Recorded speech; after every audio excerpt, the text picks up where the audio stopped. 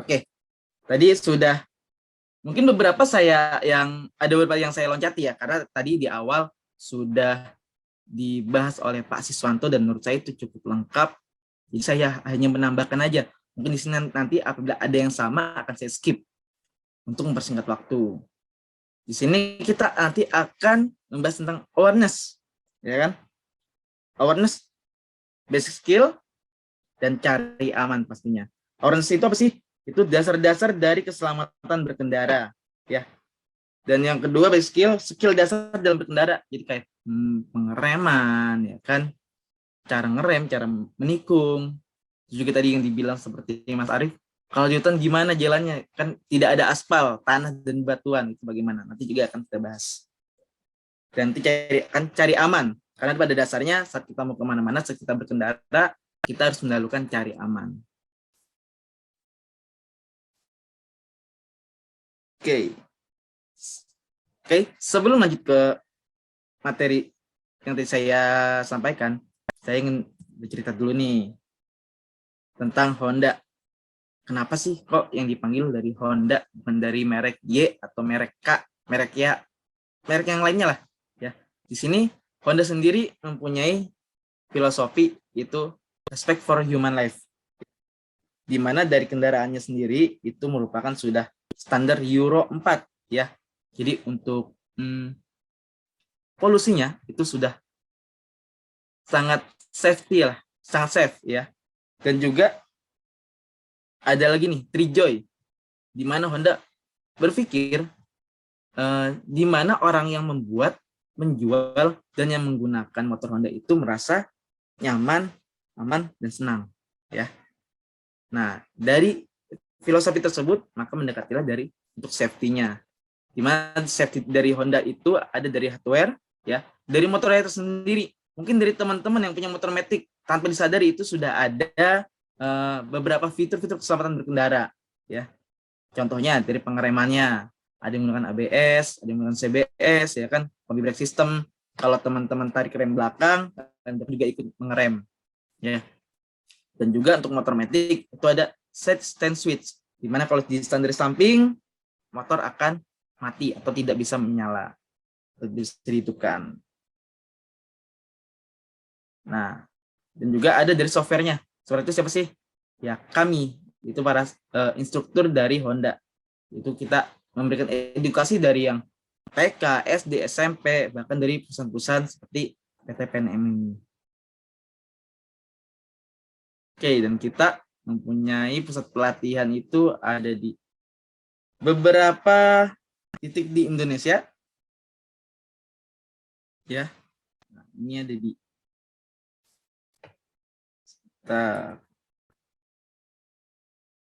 ada di Medan, Riau, Jambi, Serang, Banten, Jakarta, Bandung, ya. Nah, yang terbesarnya itu ada di Safety Riding Training Center. Kurang lebih seperti ini. Kita mempunyai arena sendiri untuk latihan safety, latihan menikung, latihan mengerem, ya. Nah, ini merupakan salah satu pelatihan safety riding terbesar di Asia. Oke, selanjutnya ini merupakan data kecelakaan yang terjadi pada tahun 2020 ya. 2021 belum keluar datanya. Itu kurang lebih ada 100.028 jiwa kejadian laka lantas ya. Kayak tadi dibilang Pak Siswanto, itu merupakan kecelakaan itu merupakan pembunuhan terbesar ketiga ya tadi ya. Dan dari kecelakaan lalu lintas 75%-nya kendaraan yang terlibat adalah sepeda motor. Namun untuk korban kecelakaan 58%-nya itu rentang usianya dari usia 14 sampai 39 tahun. Ya. Jadi kita juga tahu kan untuk tadi yang seperti yang dibilang Mas Arief, Pak Sis, untuk mengendarai sepeda motor itu wajib mempunyai SIM. Ya. Dan harus mempunyai SIM itu harus mempunyai KTP, dan mempunyai KTP itu adalah usia 17 tahun. Mungkin kalau 14 sampai 16 tahun itu juga sepertinya nggak layak untuk mengendarai motor.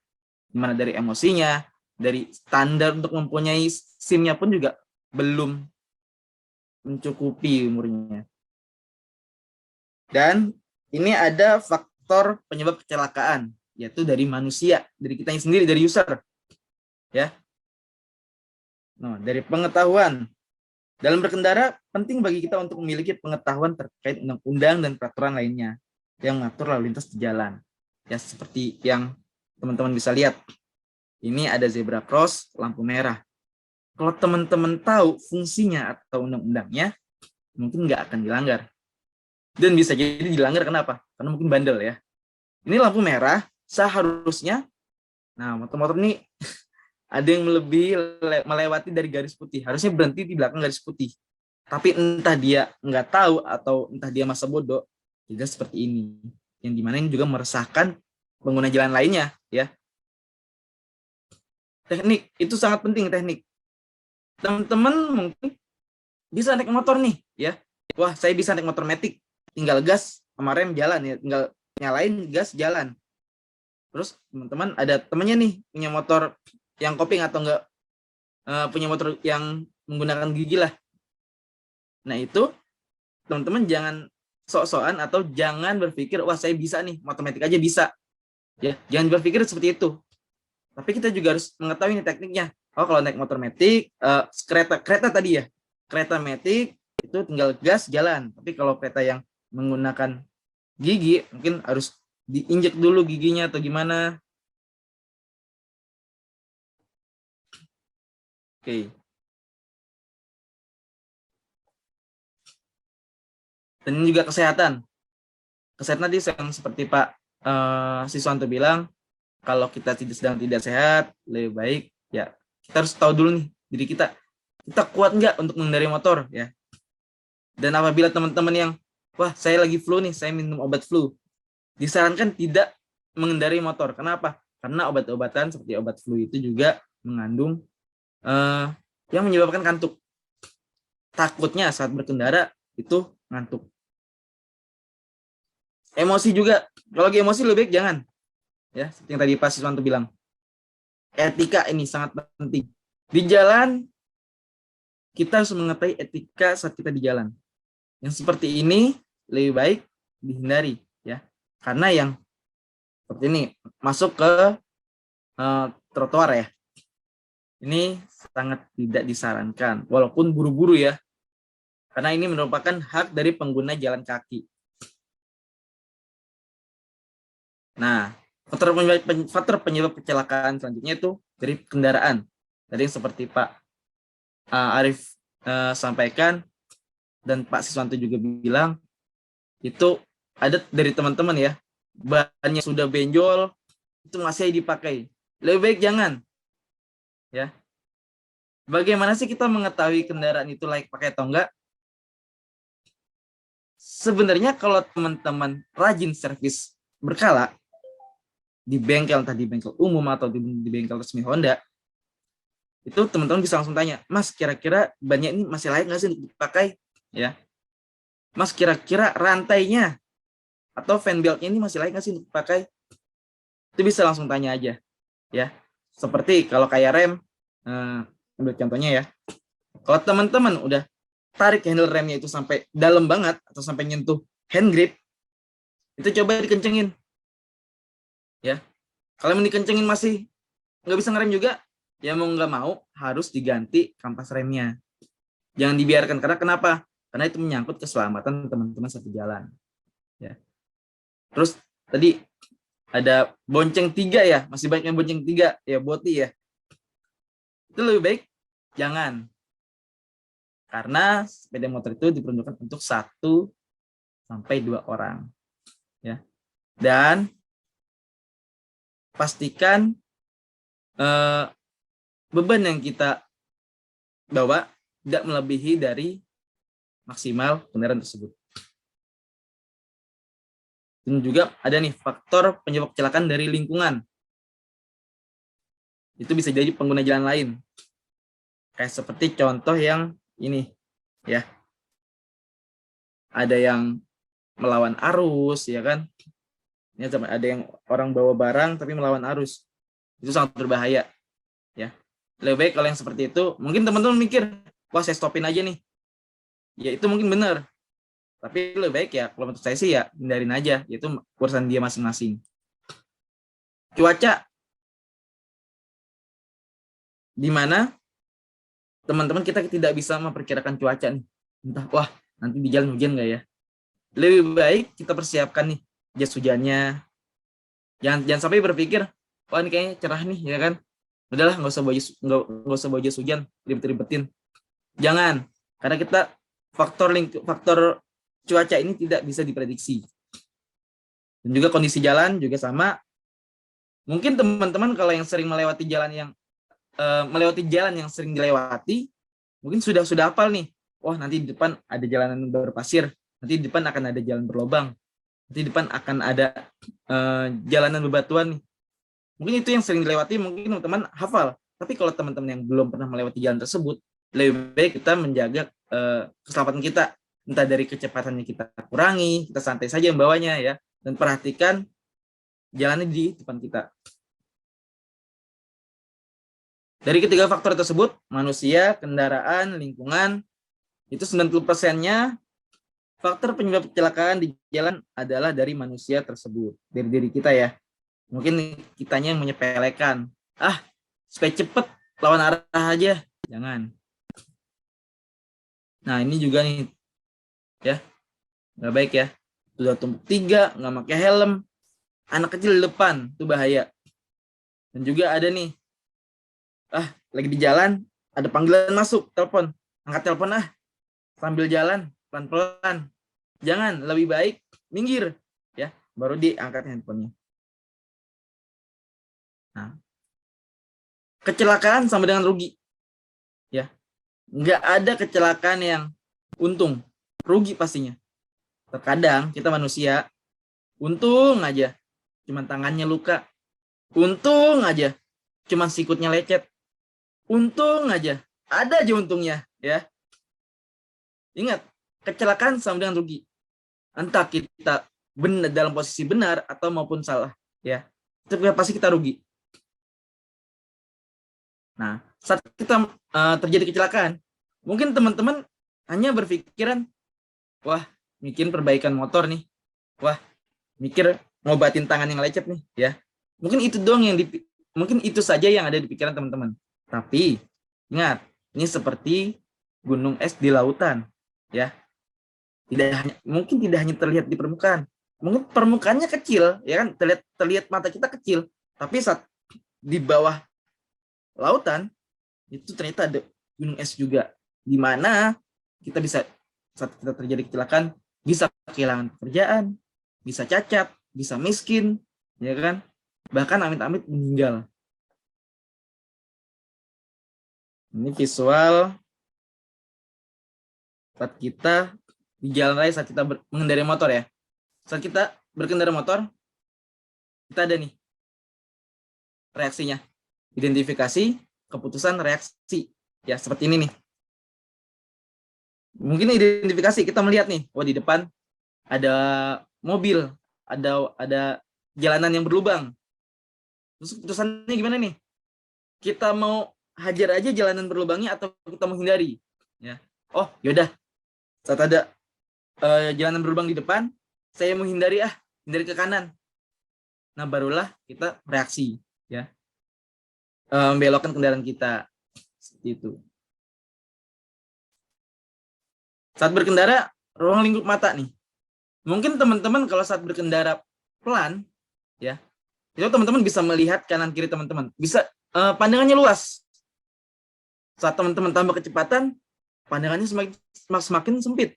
Saat teman-teman ngebut, mungkin teman-teman hanya bisa melihat ke depan. Ya, jadi perlu diperhatikan juga saat berkendara, ya. Mungkin teman-teman, wah lurus, tuh jalannya lurus, saya ngebut aja nih.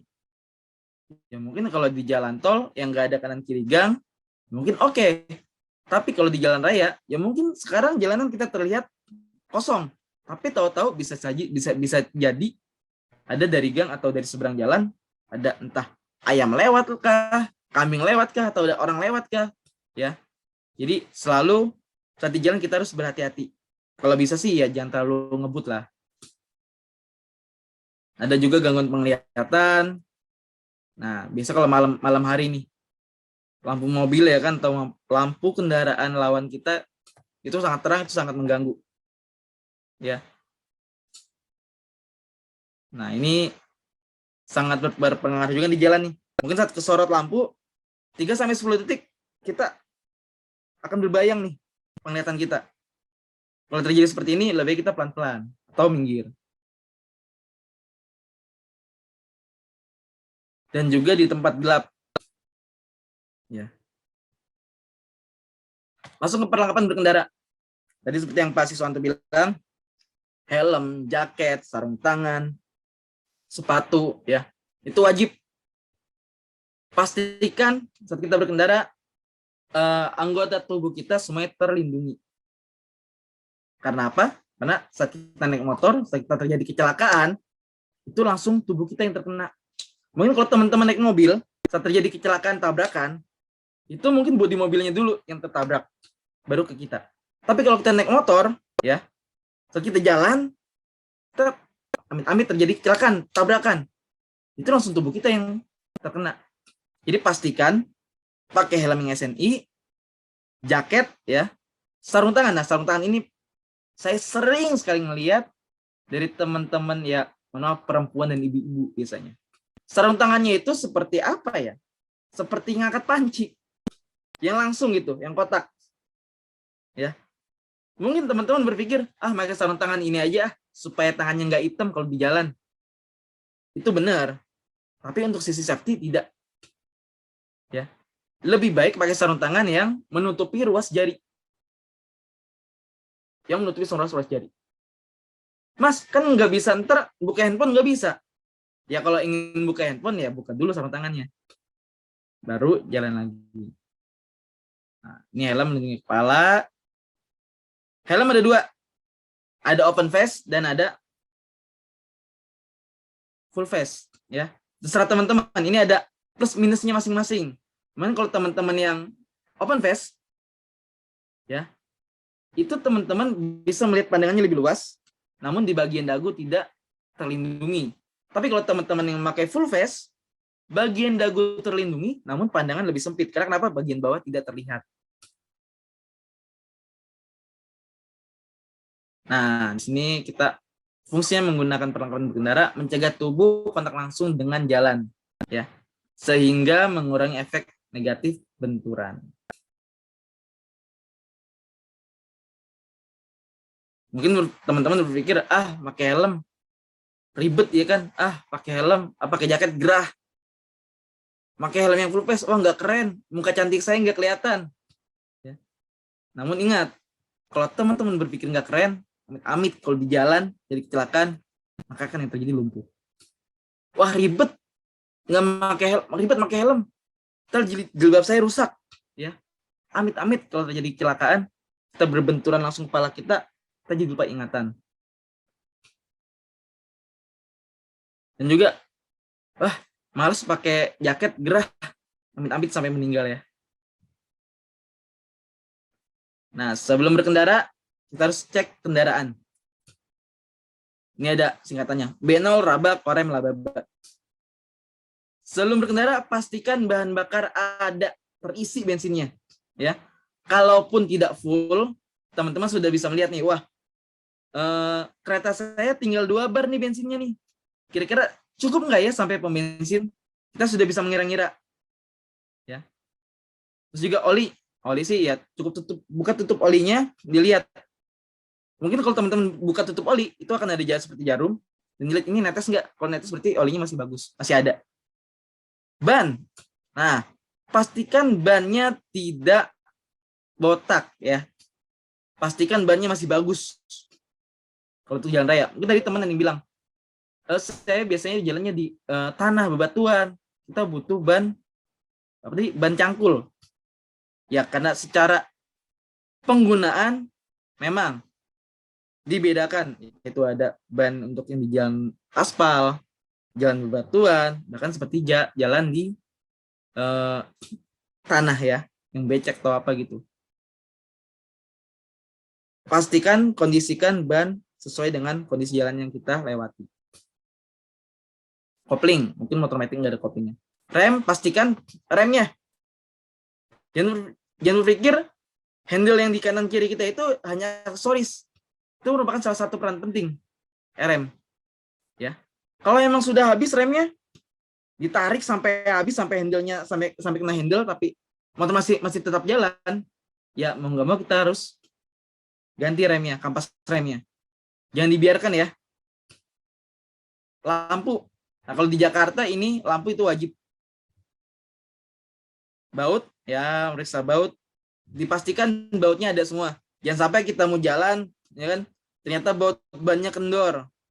Amit-amit di jalan atau bannya lepas ya. Baterai, aki. Nah, kalau untuk baterai ini teman-teman bisa coba dinyalakan keretanya. Coba aja klakson. Kalau klaksonnya masih bagus, ya kan? Berarti baterai masih bagus. Radiator. Di sini untuk motor yang ada air radiatornya. Spion. Nah, di sini teman-teman tadi seperti Pak Siswanto bilang, jangan sampai di spion yang satu ngadep ke bawah, ya kan, yang sebelah kiri yang ngadep ke muka kita. Jangan. Kalau bisa, ya spion itu untuk sebagai apa ya? Sebagai membantu mata kita untuk melihat bagian belakang, ya. Pastikan gunakan spion itu sesuai fungsinya.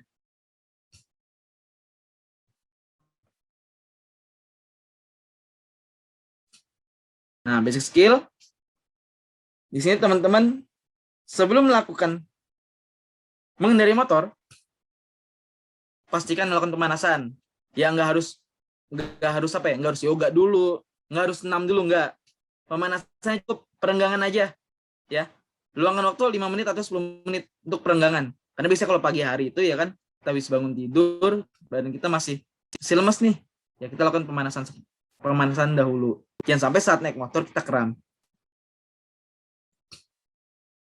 Nah, ini tadi postur berkendara seperti Pak Aziz bilang, sama ya. Kepala atau mata melihat ke depan, pundak rileks, sikutnya sedikit menekuk. Jangan lurus tangannya, ya. Saat naik motor, handle kita pegang, sikutnya sedikit menekuk. Untuk apa? Untuk dia pegas. Saat terjadi benturan, ini untuk sebagai daya pegas tubuh kita. Tangan, pastikan nih, lihat nih lingkaran yang kuning. Tangan kita menggenggam handle, ya.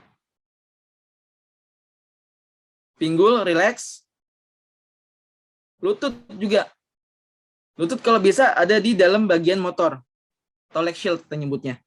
Jangan sampai kita naik ke motor ya kan, kaki kita mohon maaf, lutut kita ngangkang melewati dari stang motor. Amit-amit dari arah yang berlawanan itu terlalu dekat dengan kita. Kaki, pastikan kalau teman-teman naik motor metik, perhatikan nih kakinya nih. Kalau bisa mentokin aja nih kakinya sama bagian depan motor. Ya. Nah, ini ada postur berboncengan juga. Jadi teman-teman yang berboncengan, pastikan nih pakai helm juga, pakai jaket juga, pakai sarung tangan juga, ya. Karena apa? Karena saat kita nanti jatuh, amit-amit jatuh, sama nih bahayanya. Ya. Yang pertama, kita lihat postur berboncengan. Nih tangannya, lihat lingkaran merah, memegang pinggang ya, memegang pinggang si pengemudi, atau peluklah, atau dipeluk. Mas, tapi bagaimana kalau cowok ya kan, kita kan risih. Ya mungkin bisa aja dipegang jaketnya. Yang bagian sebelah pinggang tuh, jaketnya dipegang aja. Ya, kalau teman-teman risih ya kan dengan lawan jenis. Lututnya juga sama, sedikit menempel ya. Pastikan lututnya sedikit menempel. Kaki ada di footstep pastinya. Nah, sadari penumpang memiliki resiko yang sama dengan pengendara saat terjadi kecelakaan. Ini juga ada teknik pengereman. Mungkin teman-teman, Mas, yang bagus bagaimana sih kalau kita ngerem? Pakai rem depan aja atau pakai rem belakang aja? Nah, sini jawabannya. Sini ada contoh. Kalau teman-teman pakai rem belakang aja, akan berhenti di sini. Ya. Teman-teman pakai rem depan, akan berhenti di sini nih. Jauh lebih dekat daripada memakai rem belakang. Nah, saat kita memakai rem kombinasi itu jauh lebih dekat juga, lebih maksimal lah pengeremannya. Terus ada yang nanya mungkin, kalau di jalan berpasir bagaimana mas ngeremnya mas? Nah, kalau saat kita berjalan di jalanan berpasir atau berlumpur, seperti yang tadi saya bilang, pastikan kita mengenali kondisi jalan yang akan kita lewati. Kalau emang kita tahu kita akan melewati seperti itu, ya kita dengan kecepatan yang sangat rendah. Ya, gunakan rem seperlunya. Jangan dipegang terus itu rem. Ya, karena apa? Karena sedikit aja kita ngerem, kita tarik, akan ngunci, itu pasti akan kepleset. Teknik dasar pengereman. Yang pertama, ya, untuk teman-teman nih, untuk ngerem nih, pastikan tutup putaran gas dengan cara didorong. Jadi sebelum ngerem, pastiin nih gasnya kita tutup dengan cara didorong, ya. Jangan gasnya masih kita tarik, tapi itu kita ngerem, ya. Nah, yang kedua, tarik tuas rem depan dan injak pedal rem belakang. Itu menggunakan motor bebek atau motor kopling. Kalau motor matic, ya kita menggunakan dua rem yang di kanan kiri kita. Nah, kalau yang motor kopling itu tarik tuas kopling. Nah, saat kita sudah sekiranya aman, sudah berhenti atau sudah sangat pelan, baru turunkan kaki kiri kalau memang kita ingin berhenti. Teknik menikung. Nah, sini ada 3 konsep menikung. Nah, ini ada 3 contoh menikung. Yang pertama, itu lean with the bike namanya. Dimana kita miring sesuai dengan kemiringan motor. Ada lagi yang gambar motor balap nih ya. Itu lean in. Dimana nikungnya itu badannya ikut masuk ke dalam, ke arah belokan. Bisa itu untuk kecepatan tinggi. Dan juga ada lean out. Ini bisa digunakan untuk seperti ya motor off-road lah atau motor cross. Saat pelan di jalanan yang tanah ya kan. Jadi posisi badan keluar dari tikungan. Sampai menikung. Nah, ini lean with the bike. Pelan saat masuk tikungan. Jadi teman-teman saat ingin menikung ya kan, pasti kita sudah melihat ya untuk arah tikungannya kemana, ke kanan nih ya kan. Kita pastikan mengurangi kecepatan. Yang kedua, lihatlah arah yang dituju. Ya. Yang tadi, Mas, tadi kan katanya lihat ke depan. Ya kalau kondisi lurus benar lihat ke depan, tapi kalau untuk belokan ya kita lihat arah yang dituju. Yang ketiga, kontrol kecepatan. Nah, saat kita melakukan tikungan seperti letter U gitu tikungannya, pastikan kita menggunakan kecepatan yang konstan, ya. Nah, apabila ingin mengerem, kita gunakan rem belakang. Karena apabila teman-teman saat memiringkan kendaraannya, mengiringkan kereta saat kita ingin di tikungan, terus kita rem pakai rem depan, itu udah pasti otomatis jatuh. Jadi kalau untuk mau ngerem, pakai rem belakang, tapi ya gitu, pelan-pelan, tarik lepas, tarik lepas, tarik lepas. Nah, saat sudah melewati tikungan, baru tambah kecepatan. Ini juga yang dibahas oleh Mas Arief ya, blind spot.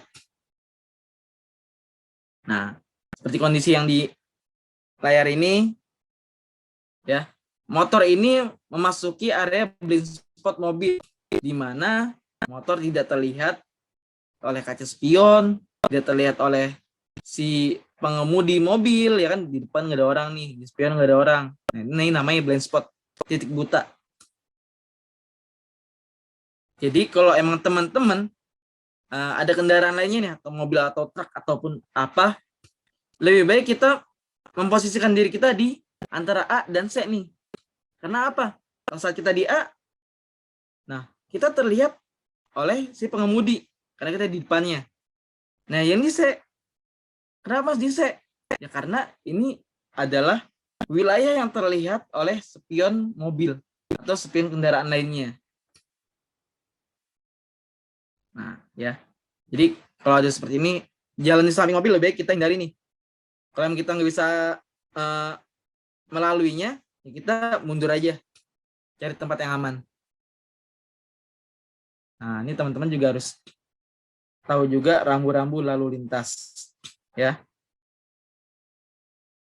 Ini ada lampu, tahu kan ya? Lampu merah itu berhenti, kuning itu hati-hati, hijau itu jalan, ya kan? Korem laba-laba. Itu Ya, apa ya, Kak ya? itu singkatan. Oh iya, tadi saya lupa ya.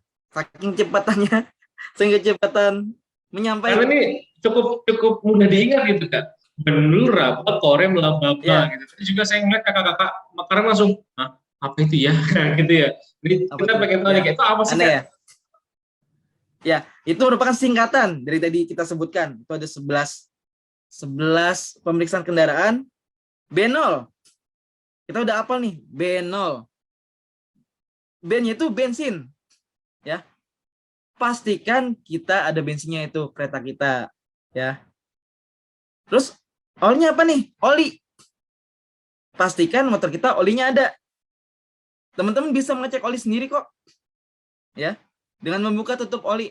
Mungkin kalau yang ada punya tang di rumah, buka aja. Buka tuh tutup olinya. Yang bagian atas ya. Itu bisa ada seperti jarum gitu. Nah, kalau teman-teman angkat tutup olinya, lihat aja itu ada oli yang menetes enggak? Kalau ada oli yang menetes, berarti aman. Ya. Kalau misal diangkat kering nih, nggak ada oli sama sekali. Nah, itu wajib bawa ke bengkel. Periksa nih, olinya masih ada nggak? Bisa jadi olinya kering. Gitu. Jadi benol itu bensin oli. Nah, yang kedua raba, rantai ban. Mungkin kalau teman-teman yang memakai motor bebek, ya kan, atau motor kopling itu pakai rantai. Tapi kalau motor matic itu bisa kan menggunakan belt. Yaitu saat kita servis, kita bisa tanya ke bagian bengkel, Mas, bagaimana? Fan belt saya masih bagus nggak? Masih bagus nggak? Gitu. Ya. Jadi pertama benol, bensin oli. Yang kedua raba, rantai ban. Ya, ban. Nah, mungkin tadi sempat disinggung ya. Kalau bannya sudah benjol bagaimana? Masih layak dipakai nggak? Jawabannya tentu tidak. Karena udah pasti berasa banget. Saat kita jalan pasti ada kayak geruduk gitu ya. Pastikan ban kita yang kita gunakan itu bagus. Kalau teman-teman nggak tahu bagaimana ini ban bagus atau enggak, dilihat aja nih. Kan bagian biasanya bannya teman-teman, ban keretanya teman-teman, itu kan ada kembangnya. Atau seperti corak lah, batik. Pastikan batiknya itu dilihat ini masih dalam atau enggak, ya. Biasanya ada seperti jarak, ya. Kalau sudah tipis itu kembangnya, itu udah siap-siap diganti.